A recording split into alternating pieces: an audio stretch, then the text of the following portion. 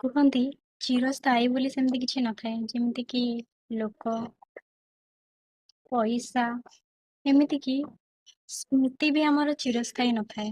ସ୍ମୃତି ଆମର ବହୁତ ଦିନ ପର୍ଯ୍ୟନ୍ତ ନେଇକି ରହିଥାଏ, କିନ୍ତୁ ଯେତେବେଳେ ଆମର ସ୍ମରଣ ଶକ୍ତି ଚାଲିଯାଏ, ସିଏ ବି ପଳେଇଯାଏ।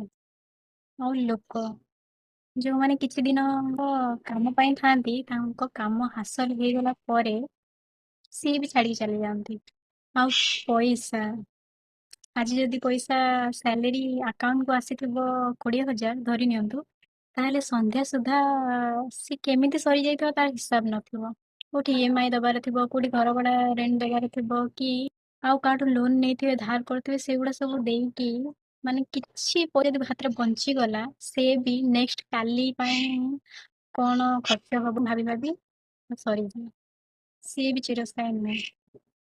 ନା ଆମ କେବେ କ୍ୟାରିୟର ଚିରସ୍ଥାୟୀ, କି ଆମେ ଯୋଉ ଜବ ରେ ଥାଆନ୍ତି ସେଇଟା ବି କେବେ ଚିରସ୍ଥାୟୀ ନଥାଏ। ମାନେ କିଛି ବି ଯେମିତି ଆମ ଦ୍ୱାରା ଭୁଲ ହେଇଯାଏ, ତ ଜବ ପ୍ଲେସ ରୁ ବି ଆମକୁ ଜବ ଛାଡିବାକୁ ପଡେ। ତ କଣ ଅଛି ଏଇ ଦୁନିଆରେ ଯୋଉଟା ଚିରସ୍ଥାୟୀ? ଆମେ ବି ନିଜେ ହିଁ ଚିରସ୍ଥାୟୀ ନୁହନ୍ତି, କାରଣ ଆମେ ଜନ୍ମ ହେଇଛେ ମାନେ ଗୋଟେ ନା ଗୋଟେ ଦିନ ମରିବାଟା ନିହାତି। ମୃତ୍ୟୁ ତ କମ୍ପଲସରି ଅଛି।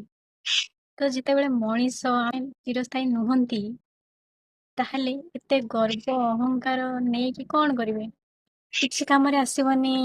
ତ ଯେତେ ପାରୁଛନ୍ତି ନା, ସମସ୍ତଙ୍କ ସହିତ ମିଳିମିଶି ଭଲରେ ରହିବାକୁ ଚେଷ୍ଟା କରନ୍ତୁ, ଖୁସିରେ ରହିବେ।